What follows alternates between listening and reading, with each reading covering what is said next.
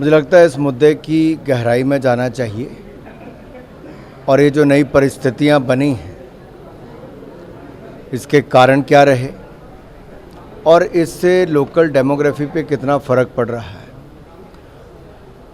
ये स्थानीय लोगों में जो रोष है उसके बहुत गंभीर कारण हैं और ऐसी अनेकों घटनाएं पिछले कुछ वर्षों में देखने को मिली हैं और मुझे लगता है इसकी गहराई में इसलिए जाना ज़रूरी है कि भविष्य में इस तरह के प्रयास आगे ना किए जाएं। चुनाव हैं हरियाणा में भी और जम्मू कश्मीर में भी। हरियाणा में विनेश फोगाट ने कांग्रेस ज्वाइन कर लिया है, जम्मू में क्या हालात है? मैं जम्मू कश्मीर के विधानसभा चुनाव से अभी आई हूँ कैंपेन करके। लोगों का भारतीय जनता पार्टी की सरकार बनाने का मत है।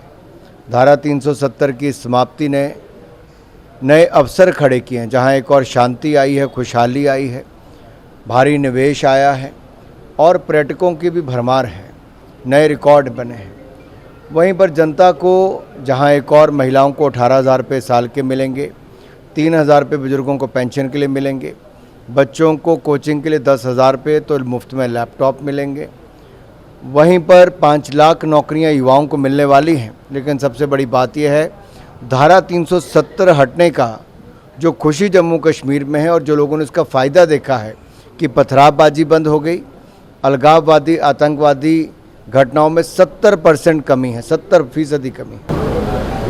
बबीता फोगाट ने आरोप लगाया कि उनकी बहन के बीच में दरार डालने की कोशिश की गई है। आप क्या कहें? जिन 3 परिवारों ने जम्मू कश्मीर को एक तरह से लूटा और सब सुख साधन अपने लिए किए, आज उनके उम्मीदवार हारते दिख रहे हैं।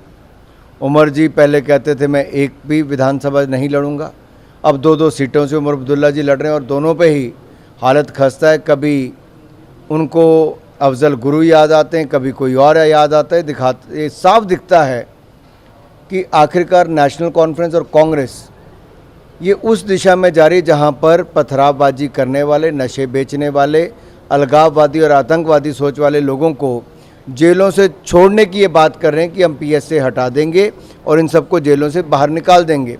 इसका मतलब ये जम्मू कश्मीर में नई आफत खड़ी करना चाहते हैं और ये आफत खड़ी जम्मू कश्मीर में जब होगी तो जम्मू कश्मीर की शांति भंग होगी। दूसरा ये कहते हैं धारा 370 को ख़त्म कर वापस लागू करेंगे।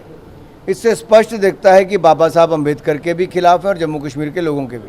बाबा साहब अम्बेडकर भी धारा 370 के पक्ष में नहीं थे और धारा 370 की अगर वापस बहाली जो कांग्रेस और नेशनल कॉन्फ्रेंस सोचती करेंगे तो इसका मतलब वो सोचते हैं कि जो वाल्मीकि समुदाय उसके हक छीन लेंगे, जो पाक अधिकृत जम्मू कश्मीर है उसके जो शरणार्थी हैं उनके हक छीन लेंगे, जो रिजर्वेशन मिली है गुजर बकरवाल से लेके SC ST समुदाय को उनका हक छीन लेंगे।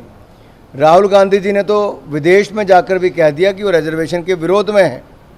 राहुल गांधी जी एक और रिजर्वेशन ख़त्म करना चाहते हैं। दूसरा, इनकी पार्टी और परिवार ने लोकतंत्र की हत्या इमरजेंसी लगाकर की थी और संविधान में कई संशोधन पंडित नेहरू जी से लेके इंदिरा गांधी जी और राजीव गांधी जी तक किए। ये स्पष्ट दिखता है कि ये लोग संविधान निर्माता बाबा साहब अम्बेडकर के भी खिलाफ थे, ये रिजर्वेशन के भी खिलाफ हैं और अब जम्मू कश्मीर के लोगों का रिजर्वेशन का हक भी छीनना चाहते हैं। सर, मेरा आखिरी सवाल रहेगा, हिमाचल प्रदेश की सरकार जो है तो गाली की हालात है, एम्प्लॉइज़ की सैलरीज नहीं मिल पा रही हैं, किस तरह देखते हैं? 1.5 वर्ष में हिमाचल का बंटाधार सुक्खू सरकार ने किया है। कांग्रेस को पता ही नहीं सरकार चलानी कैसे है।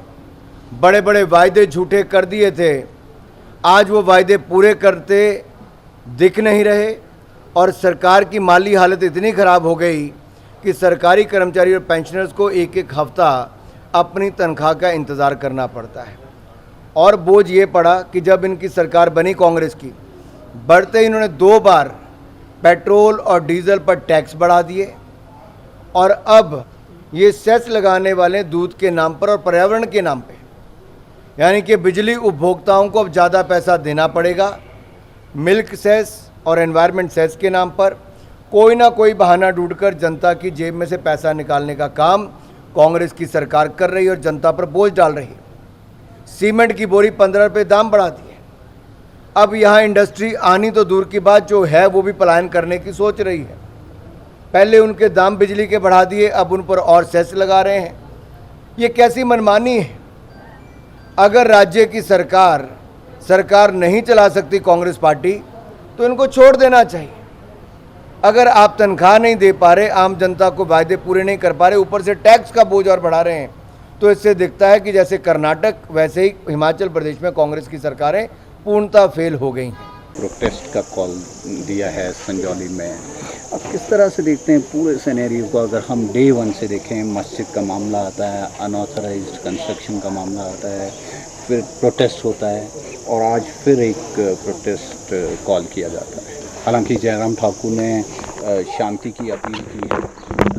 इसके साथ देखिए, इसमें स्थिति बिल्कुल साफ़ है कि राइटफुल तरीके से और शांतिपूर्ण तरीके से सभी को प्रोटेस्ट करने का अधिकार है और सरकार ने भी ये चीज़ कहा है कि आप वहाँ पे प्रोटेस्ट करिए, मगर कोई भी ऐसी परिस्थिति नहीं बननी चाहिए जिससे हमारे शांतिपूर्ण माहौल में कोई वहाँ पर जो है खराबी आए या उसमें कोई इफ़ेक्ट पड़े। उसके लिए वहाँ पे प्रिवेंटिव मेजर्स पुलिस द्वारा लिए गए हैं और वहाँ पे धारा 163 वहाँ पे लगाई गई है। पुलिस की छावनी में उस एरिया को तब्दील किया गया है ताकि कोई भी ऐसी परिस्थिति ना बने जिससे कल को प्रदेश की लॉ एंड ऑर्डर के ऊपर एक प्रश्न चिन्ह उठे। बाकी जहाँ तक उस अवैध भवन के निर्माण की बात है, उस पर क्योंकि वो मैटर सब जुडिस है, म्यूनसिपल कमिश्नर के कोर्ट में है, वहाँ पे उसकी हियरिंग होगी तो उसके बाद निर्णय सरकार लेगी। और हमने बिल्कुल साफ तरीके से कहा है कि अगर वो अवैध पाई जाती है तो निश्चित तौर से 100% उसके ऊपर कार्रवाई होगी और उसको जो है कानून की प्रक्रिया के माध्यम से उसको डिमोलिश किया जाएगा।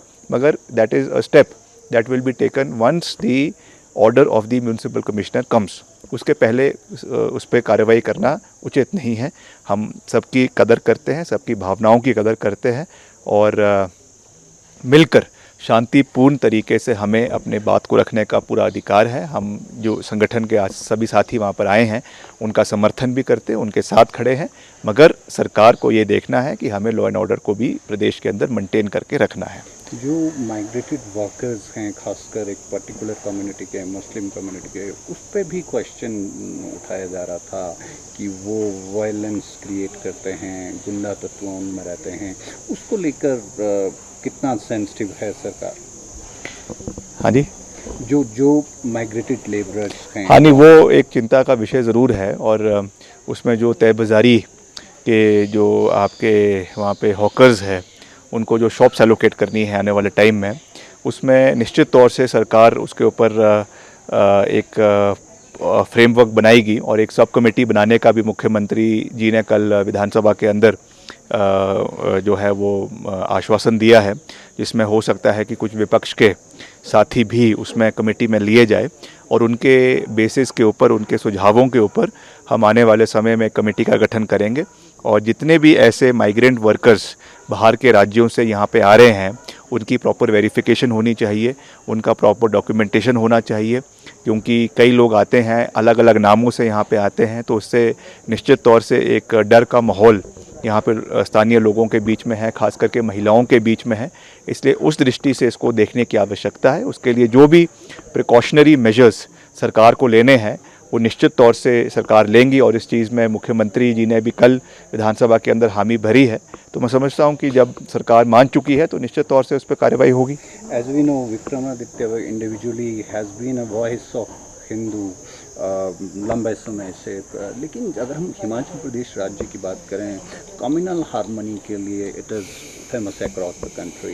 ये कम्युनल हार्मनी बरकरार रहे क्या? देखिए, एज अ इंडिविजुअल जो मेरा पर्सनल फेथ है, I am a proud Hindu, proud सनातनी, और मैं आप ऑन रिकॉर्ड कह रहा हूँ कि मुझे गर्व है कि मैं 22 जनवरी को जो है अयोध्या भी जाकर आया और वहाँ पे प्रभु श्री राम के आशीर्वाद भी हमने प्राप्त किया है और यहाँ पर भी हम अपने सनातन धर्म को आगे ले जाने में कोई कसर नहीं छोड़ेंगे। मगर ये स्थिति केवल धार्मिक नहीं है, ये लॉ एंड ऑर्डर की भी है, ये कम्युनल हार्मनी की है। हमको सरकार के माध्यम से सभी वर्गों को सुरक्षित महसूस करवाना है, ये सरकार का दायित्व बनता है। इसलिए जैसा मैंने कहा कि कोई भी ऐसी परिस्थिति नहीं बननी चाहिए जिससे हिमाचल प्रदेश का जो एक अलग पहचान पूरे प्रदेश और देश के अंदर है, विश्व के अंदर है, देवभूमि के नाम से हमको जाना जाता है, तो कोई भी ऐसी चीज़ नहीं होनी चाहिए जिससे वो कलंकित हो। इसलिए ये सब प्रिकॉशनरी मेजर्स लिए जा रहे हैं। बाकी जहाँ तक भावनाओं की बात है, हिंदू समाज के, हिंदू संगठनों के भावनाओं की बात है, आरएसएस के संगठन की बात है, हम उनके संवेदनाएं हमारी उनके साथ है और जहाँ पर हमको कार्रवाई करनी होगी करेंगे, मगर कानून के दायरे में रहकर ये कार्रवाई की जाएगी। ये बार बार मैं इस चीज़ को कह रहा हूँ क्योंकि कानून से ऊपर कोई भी नहीं है। इसलिए चाहे वो संविधान है, चाहे वो इस परिप्रेक्ष्य में एमसी का एक्ट है, हमें उस दायरे में रहकर ही कार्रवाई करनी है। ये मैं प्रदेश की जनता से विनम्र अपील और निवेदन करना चाहूँगा। आर यू होपफुल आज का दिन पीसफुल रहने वाला है? निश्चित तौर से मुझे विश्वास है कि अपना अधिकार सबको रखने का, अपना प्रोटेस्ट सबको रखने का अधिकार है और वहाँ पे पीसफुल तरीके से सब अपनी बात को रखेंगे, मगर ऐसा कोई माहौल ना बने जिससे, जैसा मैंने कहा, कि प्रदेश कलंकित हो और इस तरीके की कोई परिस्थिति ना बने। इसके लिए ample precautions have been taken from the side of the administration also, whether it is the deputy commissioner, whether it is the superintendent of police, they are all on the ground and they are taking every measures so that the peaceful environment of Himachal Pradesh and Shimla is not disturbed.